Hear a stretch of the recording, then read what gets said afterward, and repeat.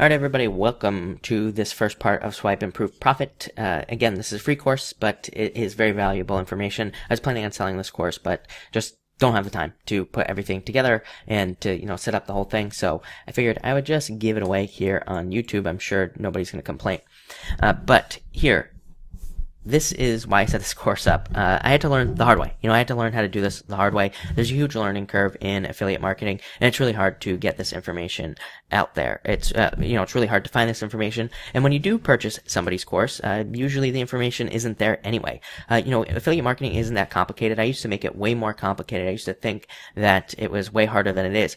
You really don't need to purchase any courses out there for affiliate marketing. What I'm about to give you will pretty much cover everything. Will pretty much cover exactly what you need to know about campaigns. Maybe not the basics like setting up campaigns and things like that, but definitely how to swipe, improve, and profit, how to find a campaign that's successful, how to make it more successful, and then how to keep improving upon it so that it can last a lot longer. A lot of my campaigns last for a very long time because I work on them relentlessly. And once I find that something that works, I continually improve it and I try to keep it going. I also try to create multiple variations of campaigns that work so that I have something that works for a long time. I'm trying to work smarter, not harder. So that's why I do it this way. So follow this course and you won't have to lose thousands figuring this stuff out. Next, we're going to talk about insider information. Number one, you are competing with people who have lots of money. That's the thing you need to realize, especially if you're doing something like native ads. You are competing against people who have huge budgets, hundreds of thousands per day, if not millions. Some of these people can spend upwards of $1 million a day on native advertising. And you are now competing against robots as well. Yes, believe it or not, there are now bots like the optimizer here. This is a bot that auto-optimizes campaigns. So this is what you're competing against. This technology, it's not necessarily amazing yet. However, in the future, people are just going to get smarter and smarter with the bots, and they're going to be able to teach bots how to do things, or they're going to be able to code bots that can kind of optimize campaigns faster than we can. So we need a competitive advantage. The only competitive advantage we have is creativity, definitely, and probably also the ability to learn faster. There are still things that robots can't do. Of course, there's still things that bots that are built for this can't do that we can do. So that's what we need to focus on. And again, creativity is the only advantage we have. Plus, we have the ability to connect ideas to offers as well. And what I mean by this is we have the ability to take one offer and come up with a bunch of different ways that it can be promoted. I think people get locked in. One of the biggest mistakes that I made when I first started affiliate marketing is I would get locked into a certain idea and how to promote an offer. So just to give you an example, like on a weight loss offer, I would think, the only way to promote this is to people who want to lose weight. But actually, maybe there are other things and other ways we could be promoting that same offer to people that might also be interested in something else. For example, on weight loss offers, maybe somebody just looking for a slight edge when they're cutting for, maybe muscle building campaigns or something like that. So again, there are other ways we can use the same offer and we can use it kind of like over and over and over again. So that's definitely something to think about. And again, being able to connect these ideas is important. Also, being able to connect ideas to the news. We're going to talk about this in here. Being able to connect ideas to current events, what's going on. This is also an advantage that we have over everybody else. People are lazy. They don't want to do the extra work. So, whenever that's the case, I like to do the extra work when people are getting lazy. So one of the problems with news campaigns or news related campaigns is they don't last as long, right? Because maybe something isn't going to stay in the news for a long time, but you may be able to kind of get a quick burst from a news story or something like that could really be like a huge injection into your capital, into the money you have to advertise, allowing you to advertise even more. So that's definitely something to think about. In the next section, we're going to talk about ad angles, and we're going to get started with the course. All right, let's talk about ad angles. In this section, we're going to talk about ad angles. Like I said, it might be one of the first things I focus on. A lot of times when I'm swiping something, again, this course is called Swipe, Improve, Profit. When I'm looking for something to swipe, sometimes just the only change I make, and as I say here, if this is going to actually work today, is sometimes I just adjust the angle. I just make changes to the angle itself, and that can transform the campaign right there. So we're going to cover a lot of these things that I am covering here are a lot of common mistakes that I see people make in their angles in the first place, in their advertorials, in their VSLs, whatever they happen to be using to promote their offer. A lot of these things are mistakes that I see. So that's what we are going to cover. Of course, the first thing is going to be one thing, one main idea, one theme the one big idea comes from Michael Masterson. I believe he's the founder of AWAI, and he talks about how your advertisements, whatever you're writing about, should have one main idea, one main thing. The example they always give is The End of America, which was a very long-running VSL that did very well, and that has one main idea, the end of America. So a lot of times when I find an advertorial, for example, it'll be all over the place. And you can see here I say, can you narrow the focus of the niche? Can you narrow it down? And, say your angle is generic skincare. We want to focus on maybe under eye care and kind of focus in more on one focus and one concern, because a lot of the times what you will find is that the people who actually purchase an offer might have just one specific thing. I did a video a couple weeks ago, or it might have been like a week ago now or whatever, where I was covering Dr. Gundry, who has a product that is about losing weight. It's more about health. It's about removing lectins from your body and removing foods that contain lectin. While setting that campaign up and while messing around with it and kind of just playing around with the ideas, I found that I wrote several different pieces. Some of them were just kind of generic, more about the lectin thing. Some of them were about just this one weird food that you should remove from your body, or you should stop eating so that you stop getting sick. But then what I did is wrote a few pieces that focused on several different things. And one piece that ended up working out pretty well was focusing on inflammation. I like to look for buzzwords when I'm focusing on an offer, when I'm learning about an offer. Like, what are the buzzwords today? What is everybody thinking about? So we have something like Dr. Gundry, who's promoting this product about, getting rid of lectins from your diet. And, it covers like a broad range of things. And he has a lot of claims as to what removing these lectins from your diet could do. Some of them are like, fixing leaky gut, fixing inflammation, fixing skin problems, all this other stuff. So I wrote pieces based off of all of those things. And what I found was inflammation was the number one thing. All the pieces were pretty much the same. I mean, there were very few differences between the advertorials, but just by using the word inflammation, I got a much better result by having that type of focus. And again, it has to do with buzzwords and things like that. We'll talk about that later on in this course about buzzwords and how to find buzzwords and what that even means. But just know that one thing that I like to do when I'm researching a product, especially like in health, is I like to say, what's the most common thing that people are talking about right now? Like a while ago it was keto, the keto diet. Then before that it was paleo. People were talking a lot about that. So, gluten-free was a buzzword kind of at that time. It still is today, but, at that time it became very popular. So inflammation seems to be on the rise, that word. So that's why I used it. But, that's about focusing the piece, making it more focused, giving it one main idea. And we also want to talk about the unique selling proposition. Again, with the angle, here we have, the best skincare cream, which is what most affiliates will write. They'll have, some piece and it'll be like, this is the best skincare cream. If we change the angle to like a specific ingredient, we can get more specific. And it doesn't even need to be unique. It just needs to have a story. So like I say here, say you're writing about a skincare cream, what most affiliates do is they say, hey, this is the best one you can get right here. They might say it a little bit better than that, but that's pretty much what they're saying. But if we can say, hey, this is the best skin cream available because it's the only skin cream on the market that has this really rare seaweed from the south of Japan or something like that. If we can give even more detail and if we can say why it's the best, then we can kind of give it a USP, and that can make it very unique. And again, it can also sell your product better. So this is another mistake I see people make with one idea. Sometimes I've seen a lot of pieces recently where they have one idea, but again, they don't give it some sort of unique selling proposition. They don't focus on what makes the product unique. So that's what you need to do. You can come up with this as well. It doesn't even matter. Again, for skincare, I've done this a lot where if there's just some ingredient that isn't in a lot of the other ones, then I'll highlight it and I'll say, this is the best one because X, Y, and Z. You can't just tell people something is the best and just say, this is the best, and not have an example or not have a reason. So that's what I like to clean up, is stuff like that in pieces that I'm swiping, is that I'm always looking like, do they have a USP? Are they making this unique? Are they doing something to do that? I would say 99.9% of the time, they are not. So definitely something to focus on whenever you're swiping a piece as well. Next, I like to look at demographics. And again, this has to do with the angle as well. Sometimes we can just change the angle to a different demographic to focus on a different demographic, different age group, different sex, different whatever. And that can be very helpful for things like scaling. So again, using skincare as an example, Normally, we target women of a certain age, and again, this actually varies depending on what the product is, but let's just say 50 plus for example purposes. And how can we switch this to men, for example? And I know a lot of people who do this, and it's easy. Number one I have here is guys interested in pickup. I haven't personally promoted in this space, but I know I have a friend that has also promoted skincare to guys who are interested in pickup pretty specifically, and has been very successful. Wealthy men who want to maintain their looks, who want to be successful. A lot of guys who want to stay kind of at the top of their game.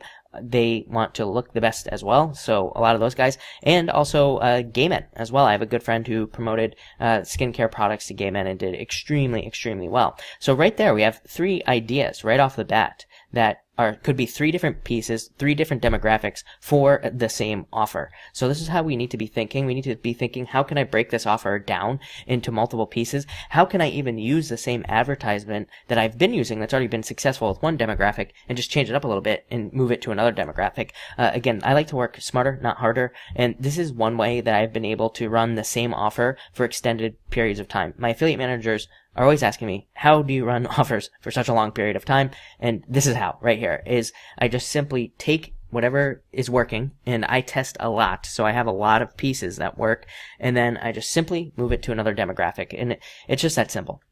And it allows me to get the most kind of bang for my buck as well in regards to the offer itself. So that's one great way to do it. Next, we have current events here as well. This is one of my favorite methods. It can be very short term, for example, and it cannot last. But if you can tie a product into a current event, you can do extremely well. I have here examples in a bonus section. Again, towards the end of this video, we're going to have plenty of examples of current events and how you can tie in current events. I actually think maybe at the end of this video, I will do some live ones where we'll go look at the news today, and we'll see kind of what comes up there. So we want to work backwards from news stories as well. A lot of the times what you can do is if you can kind of follow the logic in your own head, or even if you write it down, if there's some news story that comes out, then you can tie in pretty much anything. And again, I'll show you tons of examples at the end of how you can kind of tie in any news story out there into getting a product. So let's use a ridiculous example. This is kind of a ridiculous example. Again, this would probably not work, but let's just say, everybody is freaking out over North Korea at this time, possibly launching a nuke and hitting the West Coast, right? I live on the West Coast, and so let's just say that we could write a piece about maybe for some sort of product that protects people from nuclear radiation, right? And we could use the news stories from North Korea about North Korea to kind of drum up some sales from that. So that's just one example, not a great example. Again, just giving you kind of one off the top of my head. The other thing we can do is we can identify long trends as well. Things like U.S. presidents. Again, I've used presidents in the past, and probably will continue to use stories about presidents. The president, doesn't even matter, can be for other countries as well. If you do your research and you find out that there's a problem with the president somewhere, or something, then that's a great long trend, because usually presidents are in office for a long time. Just think about President Trump here in the States. Regardless of how you feel about him, there's a lot of controversy constantly going on about him and things like that. So he's always in the news. So that's a great kind of topic to use to promote products as well. Depending on how you can kind of tie a product into whatever the news story happens to be. Next, we have a product focus. This is pretty easy, pretty plain and simple. Sometimes I have just taken advertorials where, people try to come up with these crazy stories, like try to come up with all this stuff about a product. But sometimes just the simplest answer is to just write about the product itself, just to write maybe a review, or to write about the product and what it can do, to write about just the benefits. A lot of the times what I'll do is if I have a product, let's just use flashlights, for example. A couple years ago, those flashlights were super popular, right?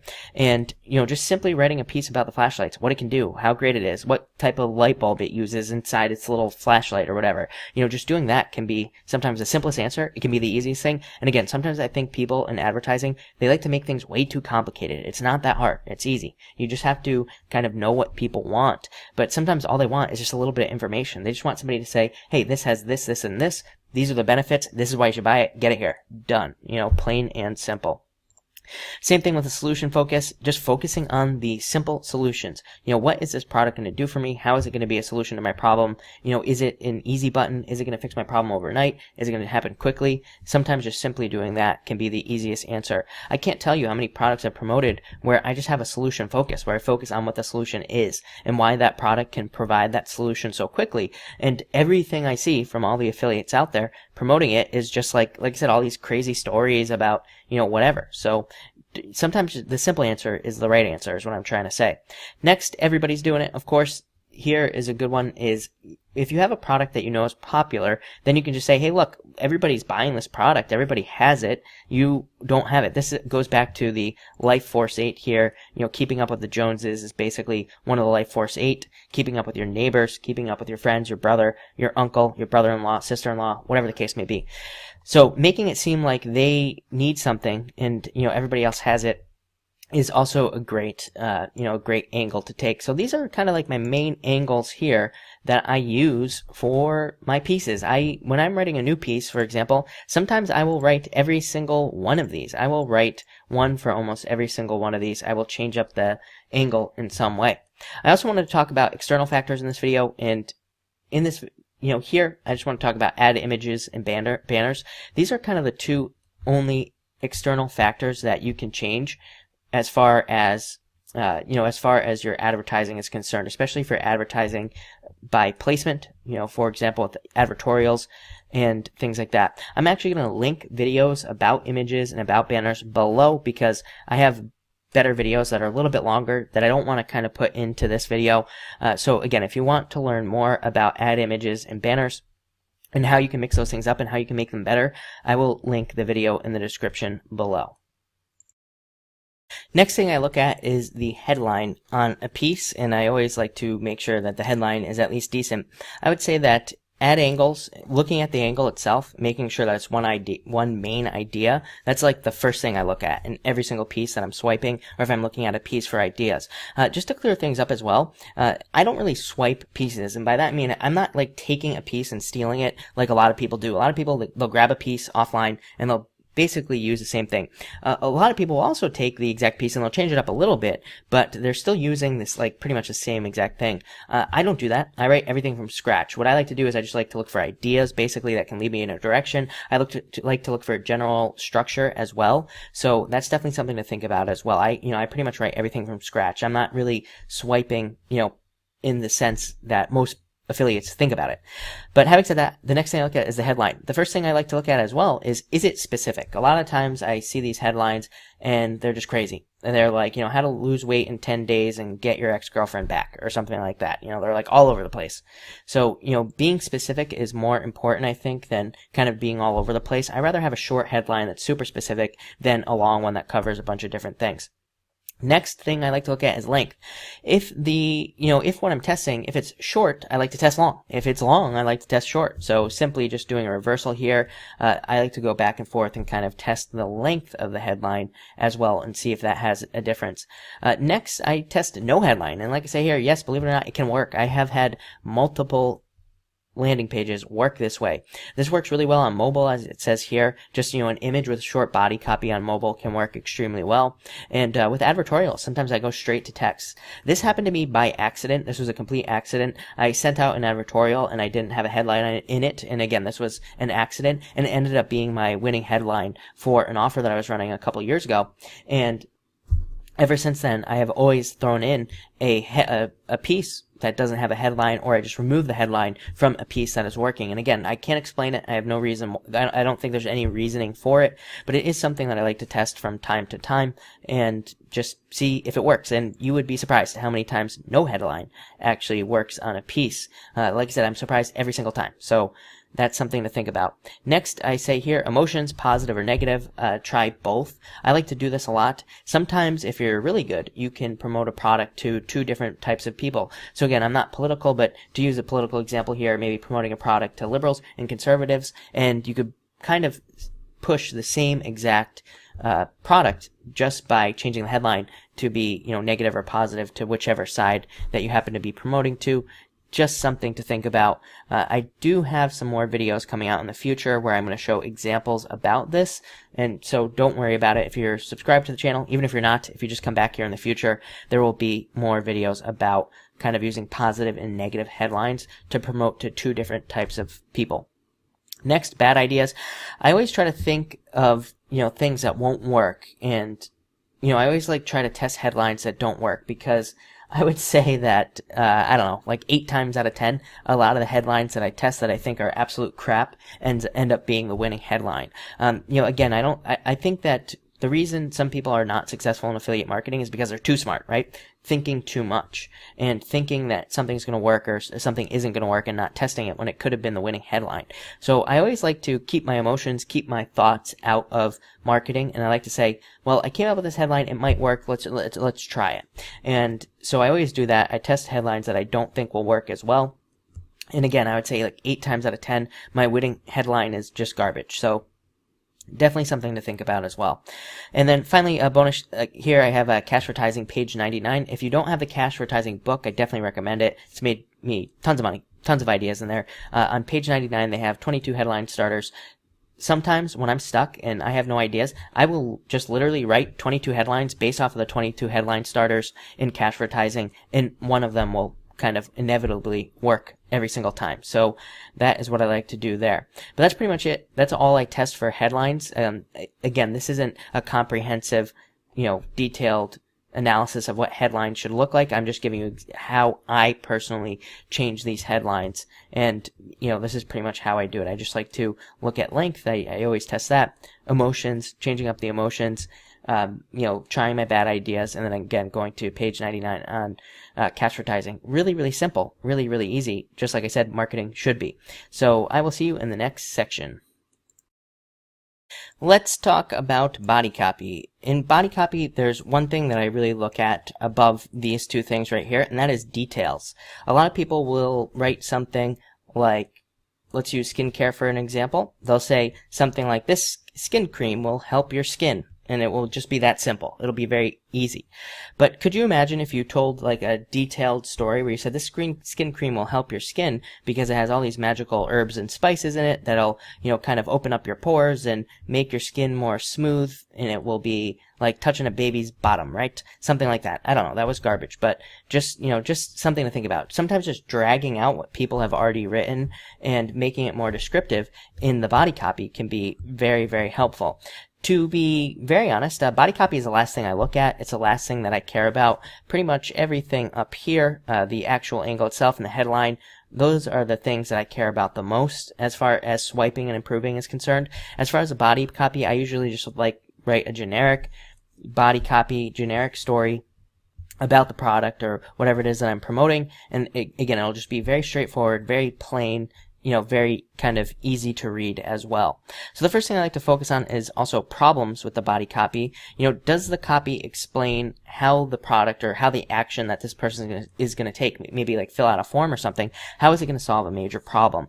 One example here is phone security apps, and everyone promotes these phone security apps the same way. They promote it with a generic pop-up that says, your Android is affected, your Android is infected, your Android is in danger, whatever the case may be. But I ran a phone security app and I targeted Bitcoin users, and I said app would better protect their Bitcoins because a lot of people were keeping their Bitcoins at the time on their phone. So, that's a kind of a story of getting more specific, targeting people more specifically who maybe have some sort of app that could cost them their Bitcoins, right? So that's definitely something to think about. Another example is computer VPNs.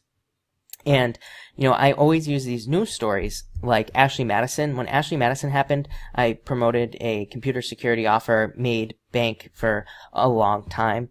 And, for weeks basically after that Ashley Madison leak. So using these stories, telling people, hey, any site that you're on is not secure. People are going to find out, and then they're going to tell your wife that you're cheating on her or something like that. Writing pieces about this is very powerful. You don't even need to write, you don't even need to say that. You could just say, hey, write a piece about Ashley Madison and say, hey, Ashley Madison was hacked and everybody's personal information was out there. If Ashley Madison, which is a multi-billion-dollar company, can get hacked, then can you imagine what could happen to any other website that you might be on? You need to protect your computer, and this could help you. So that's definitely one to think about. Next was Facebook collecting more data. There were a bunch of news stories. This was, I want to say about a year ago, about how Facebook was collecting a lot of data. There was a lot of fear, a lot of worries, and people were kind of freaking out about this. So I did the same thing. I said for privacy purposes, the security software will be able to help protect your data. And again, I profited for a few weeks off of that story.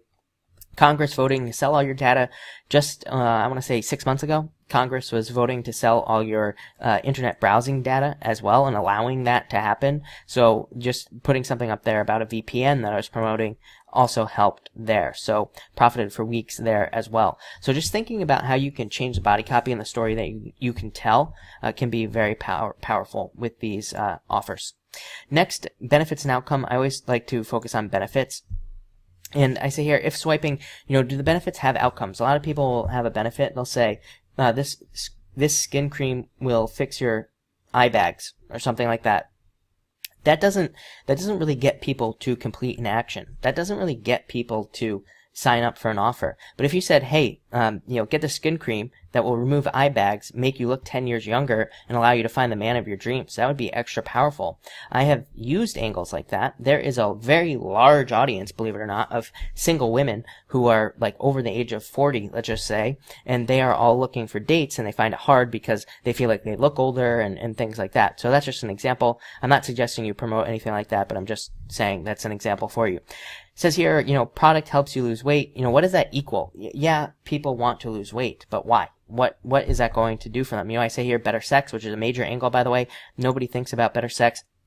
Looking better at the beach is also very important, but there are other examples as well. Maybe like being able to play with your kids, not being winded while you're walking up a flight of stairs. Thinking about what happens after the person signs up on the for the product. What will their life look like? A year from now, 2 weeks from now, 3 months from now. What does that look like? And I would say be as descriptive as possible with these outcomes. So I like to focus on benefits and outcomes. I say here focus on the benefits because the benefits are what is going to make people feel like they should get it. Putting them in a story is even better, and you can only accomplish that with an outcome. So with a benefit, yeah, you can kind of get them to feel it, but with an outcome where you could kind of project them into the future, into their future self, is even more powerful. So that's what I like to focus on with body copy, and it's really that simple. Body copy, pretty straightforward, pretty easy. Again, I don't go crazy with anything. This is super easy. What I keep telling people too throughout this course is that your competition puts in 1%, 0% effort. Most people, they just steal something, they just swipe something that kind of works, and they make a little bit of money. If we put in just 1%, 2% more effort, then we can become way, way more successful with marketing. And I've said it in past videos as well. So just put in this little bit of extra effort. Again, this isn't a lot of work. I'm not going crazy here. If you notice, this is pretty simple stuff that, pretty much anybody could have come up with. So, it's not hard, but just putting in that little bit of extra work can help immensely. So we will be moving on to calls to action. Alright, so let's talk about calls to action in the offer or on your offer page, your landing page. The first thing I test is button color. Again, this is at the bottom of my list. I always test red and blue. I don't know why. I don't have a reason for it. I've always just tested red and blue, and usually one outperforms the other. If I'm really trying to scrape an offer, if I'm really trying to get down into the offer and get as much conversion as I possibly can, then I'll test a bunch of other colors. But to be quite honest with you, the call to action is pretty much the last thing that I test when I'm swiping a piece, and again, I find that it doesn't necessarily matter all that much. I like to keep it simple, as I say here. As far as calls to action are concerned, on the actual page when I'm trying to get the person to click a button, I just simply have here, buy here, watch here, view here, download immediately, weight loss today. Just keeping the call to action itself very, very simple, very straightforward. I find these simple ones like this work the best, for me at least. And I also like to put a time on it. I like to say, save today, immediately, use the word immediately, like get this immediately, limited, but I don't like to use false time constraints. So what a false time constraint is I'm sure you've all seen this where a marketer says, oh, this is only going to be on sale for the next 10 days. But then it ends up being on sale for the next like 100 days, right? Or longer. So that's a false time constraint and they don't work. So, people are getting smarter and smarter every single day. They're getting more and more used to the internet, so people know this. But what you can do is you can create urgency. Creating urgency is a great way to get people to sign up for an offer as well. So, for example, I have a friend who's promoting an offer that was basically financial assistance to like underprivileged families, and in that they said, hey, Christmas is right around the corner. Are you going to have enough money to take care of your family on Christmas? If not, sign up here. So that's a great way to create urgency, right? You're saying, you're kind of putting a thought in their head where they're like, oh my God, I don't have a lot of time left. Another great example I've seen people use before is that they have said, hey, people always think that they have more time to wait, but for whatever, X, Y, and Z, but they really don't. So, you should get started today before, this turns into another thing that you put off for the next 6 months. Works really well with weight loss, saying, hey, you have a decision to make today to totally change your life. And again, if you did a good job in your body copy and you told them what their life was going to be like after they lost weight, then they'll be highly motivated to get the product. But if you say, hey, you need to get this today because, if you don't, this is just going to be something else that you put off for another year, another 6 months, which everybody feels that feeling. And if you can go even further and describe that feeling where you say, hey, you're going to put this off for another 6 months, and how are you going to feel? You're going to feel really depressed and sad, and you're going to be thinking, man, if I just started 6 months ago, I'd be done already. So kind of painting that type of picture can be a great way to put a time constraint on a product without actually putting a time constraint on the product, if that makes sense. So that's calls to action. That's all I focus on for the calls to action. I don't go crazy here. Again, I just keep it simple. So in the next video, we are going to talk about life after. All right, life after, what does this mean? Well, we kind of already talked about this, but we want to make sure, I really want to hit on this product again, on this part again, I should say, and say, what is life going to be like after the person buys a product? You really want to paint that picture. Not enough people do that. Not enough people, in the pieces. It's probably one of the number one things I see. I wouldn't say the number one, but maybe, top 5, things that I see that people don't do well enough in advertorials, VSLs, whatever the case may be. They don't paint the picture of what the person's life is going to be like in the future. They don't say, hey, you're going to, have all these things that you want, and it's going to be a simple process. All you have to do is sign up here. And really painting that picture, really painting, how happy they are going to be. I think about the mortgage space as well. And, I see a lot of mortgage type ads out there nowadays. It seems to be something popular that people are running. And so a lot of people just run, hey, get a mortgage here at the lowest rate. I mean, great, but who cares, number one? So you really have to paint the picture. If you can say, hey, get a mortgage here, it's going to be at the lowest rate, but, imagine what your life is going to be like after you get the house of your dreams, for a really kind of low price. Another great example of this would be to write a piece for the conservative audience, which nobody is doing. I don't get it, but whatever. Where, what I would be saying is, to the conservatives, if I were writing a mortgage piece that I was going to promote on conservative sites, is I would say, hey, the housing market isn't going to last. It's kind of at the top. It's going to be going down soon. So you need to get a house now. But the problem is that most of these mortgage rates they're kind of going up. They're going to be higher. So when that market crashes, then you're not going to be able to sell your house for enough money, and it's not going to cover the mortgage. So you're going to be kind of stuck in this high interest rate mortgage. Sign up here, where you can get a mortgage for a lower rate. So when the market goes down, you can actually sell your house competitively, or, at least your payment won't be so high. So again, don't use that example, number one, because that's not fleshed out. That's just off the top of my head. Again, when I do these things, I come up with a story like that in my head, I write it down, and then I flesh it out and make it sound way better than that. But that is a great example of how you could take something to an audience and kind of tell them about their life after and say, hey, people made this mistake in 2008. They didn't think about it. They got into a mortgage that was like way overpriced, way too high. And then when the market crashed, they couldn't sell their house and they weren't making any money. That's going to happen again. So again, if you know your audience and you know that conservatives think, oh, the next crash is coming, then, you could probably get away with a piece like that. Finally here, I have who gives a fuck, right? Who gives a fuck is a trick I learned from Vishen Lakhani, and I believe he learned it probably from Frank Kern, who also teaches this. And excuse the language, by the way, but it's a simple trick that I use. Whenever I'm writing a piece, if I write a statement, that says you will lose weight in 10 days. I always say, who gives a fuck? And, this is something that took my writing from, nothing to something much more significant. Because if you say that, you say, lose weight in 10 days, who gives a fuck, right? Then you have to come up with some sort of explanation as to why that is important. And you could say, well, most traditional diets only lose 1 pound in 10 days. And then you say, who gives a fuck? Well, if you lose 10 pounds of fat in 10 days, then you're going to look more attractive for that wedding that you're about to go to. Whatever, So I constantly ask myself, who gives a fuck about pretty much everything that I write? Because people don't care. They have limited attention spans. And if you kind of flesh things out and create a really good story by doing that, you can become very successful. So that's that, guys. That is Swipe Improve Profit. Pretty simple, pretty straightforward, not very complicated, easy to do, and easy to follow. Like I said, and even I would say that if you only focused on, the top 2 here, ad angles and headlines, if you pretty much focus on those things when you're swiping campaigns, you're probably going to see a huge increase in your profits. Probably going to see a huge increase in your earnings, and it will just get easier for you to create new campaigns as well. So thank you for watching. If you have any questions, please leave them down below. I'll be happy to answer them. Happy to create more videos about this.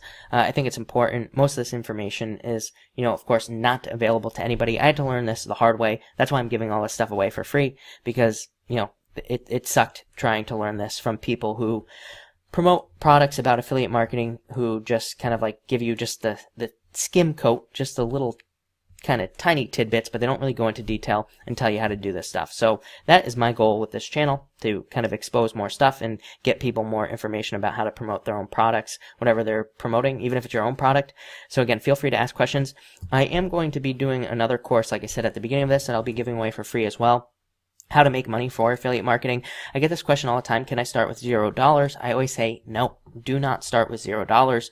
Do not start with $100. I think the minimum somebody should start with in affiliate marketing is probably like $1,000, because you really need that much for testing. You can't, the problem I see with a lot of affiliates, and something that I think would have made my life a lot easier in the beginning, would be having that like $1,000 when I first tested. Because, if you only have $100, you test something, and then you run out of money because it's only $100, and you can't really test off of that. And then what happens is maybe it's like another 6 months before you can test again. So you're just kind of like fighting a losing battle. So I'm going to be doing another video about plenty of ways to make money where you can make that quick $1,000, so that you can start running your campaigns and actually testing. But I think you're way better off not wasting your money. Make money, get a job, do whatever you have to do to make the money to promote offers as well. So I'm going to be doing that. I'm going to be putting together a beginner affiliate marketing course as well that will be released on here. And I'm also going to be doing a bunch of videos of examples of me swiping pieces that I find that are, that I think are going to be halfway decent products to promote or whatever. So thank you for watching, and good luck.